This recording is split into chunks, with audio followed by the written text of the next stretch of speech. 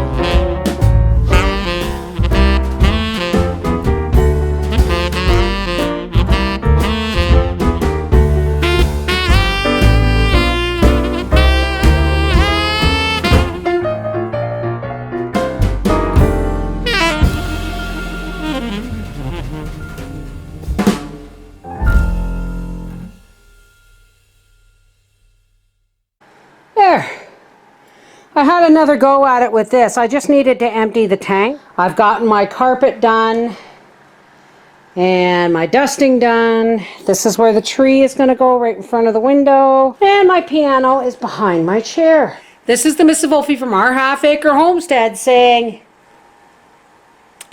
you wanted to know how I managed to do stuff. It's kind of like eating an elephant, one bite at a time. Take care, God bless.